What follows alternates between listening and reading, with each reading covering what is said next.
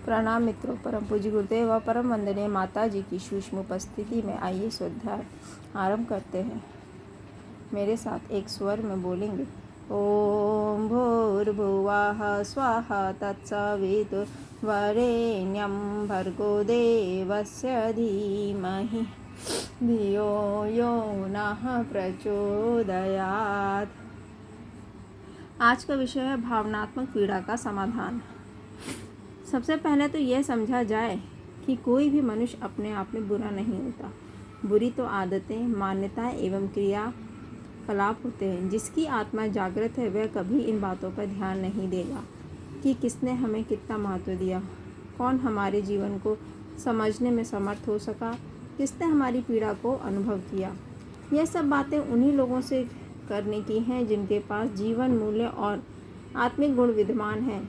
शेष तो मात्र उस पीड़ा पर हंस सकते हैं। इस सत्य की अनुभूति एक आध्यात्मिक पथिक को सदा रहती है। इसे परायपन का भाव कहें या कुछ और, परंतु मानवीय पीड़ा को समझने वाले अंतःकरण इस दुनिया में कम ही हैं। उसे तो उन्हीं लोगों ने समझा जो कि आत्मा से सशक्त हुए, चाल चलन से एकांगी एवं जीवन के महत्वपूर्ण अनुभवों से समृद्ध हुए, जिनके भीतर दूसरों को उठाने का भाव विद्यमान हो, जो आत्मा की असीम सत्ता एवं उसके वर्चस्व पर विश्वास करते हों। ऐसे लोग इस दुनिया में कम हैं। इसलिए चारों ओर अंधेरा दिखाई पड़ता है। मनुष्य को कमज़ोर करने वाली शक्तियाँ बहुत हैं, पर उत्थान के पथ पर अग्रसर करने वाली बहुत ही कम। इसी कारण हमारे समाज में भावनात्मक समरसता की कमी है। लोग एक दूसरे से स्वार्थ का संबंध रखते हैं। प्रेम की परिभाषा उन्हें ज्ञात नहीं। जिस हृदय में परमात्मा के दिव्य अनुग्रह का भाव नहीं, जो सब में समान रूप से विद्यमान अपने ही स्वरूप को देख नहीं सकता, जिसे कल्पनाओं ने जकड़ा हुआ है, जो अपने स्वार्थ और संकुचन को त्याग नहीं सकता, वह कभी महानता का स्वरूप ग्रहण नहीं करेगा। ऐसा निश्चित है। दुख इस बात का है कि हम में से अधिकांश लोग एक अधूरा जीवन जीते हैं, जिसमें कि वे दूसरों से वास्तविक प्रेम एवं आत्मीयता को स्थापित नहीं कर पाते। हम सतही रूप से तो अपने भावों की अभिव्यक्ति करते हैं, पर दूसरों को सही मार्ग दिखा सकने की सामर्थ्य एवं अभिरुचि हम में नहीं। इसी कारण हमारे बीच दूरी है। हम एक दूसरे से सही संबंध स्थापित नहीं कर पाते। हमारी विषमता का अंत तभी होगा जब हम पूर्ण रूप से ईश्वर को अपने अंतःकरण में स्थापित कर उसी की क्रियाविधि से चलेंगे। इसे ही दैवी क्रियाकलाप का अंतरंग की पुकार कहेंगे। हम तब तक ऐसा नहीं कर पाएंगे जब तक कि हम आध्यात्मिक भाव से पुष्ट ना हो। ईश्वर के पथ पर चलने वाले सदैव आत्मनिग्रही एवं परिपूर्ण अवस्था को प्राप्त होते हैं। उनकी भावनाएं कमजोर नहीं पड़ती। वे अपने आप को कभी भी असंतुलित नहीं पाते एवं उनका अंतःकरण कभी भी विषमताग्रस्त नहीं हो पाता। आप अपने सभी कार्यों का अधिष्ठाता ईश्वर को मानें। उसके बाद देखिए कि क्या किसी प्रकार की भावनात्मक कमजोरी शेष रह गई है।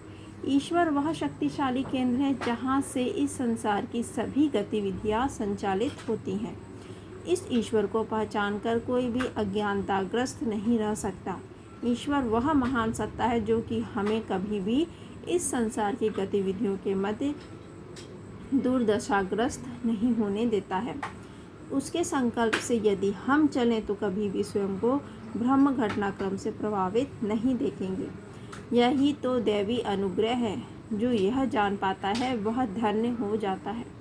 जिसने उसे पहचाना नहीं वह अभी तक अपने शोक एवं भ्रम आसक्ति से कुचक्र से मुक्ति नहीं हो पाया है। ईश्वर एक विराट सत्ता है। आवश्यकता है कि उसे अपने सभी क्रियाकलापों में देखा जाए, उसी से प्रेरित हो जीवन का कार्यक्रम निर्धारित किया जाए। ये प्रार्थना की जाए कि हे ईश्वर, तू हमें महान बना, इस जीवन की सभी बाधाओं से पार लगा एवं हमें निश्चित होने पर अवसर प्रदान कर। जब तक तू साथ है तब तक हम कभी डिग नहीं सकते। तेरे अस्तित्व के बिना यह मानव जीवन पूर्ण रूप से विकसित नहीं हो सकता। तू ही हमारा संरक्षक है। तू ही एकमात्र आनंद का आधार है। तेरे बिना हम कुछ भी नहीं। हे ईश्वर, हमें आत्मबल प्रदान कर। इसी प्रार्थना के साथ हम यह समझें कि ईश्वर हमसे चाहता क्या है।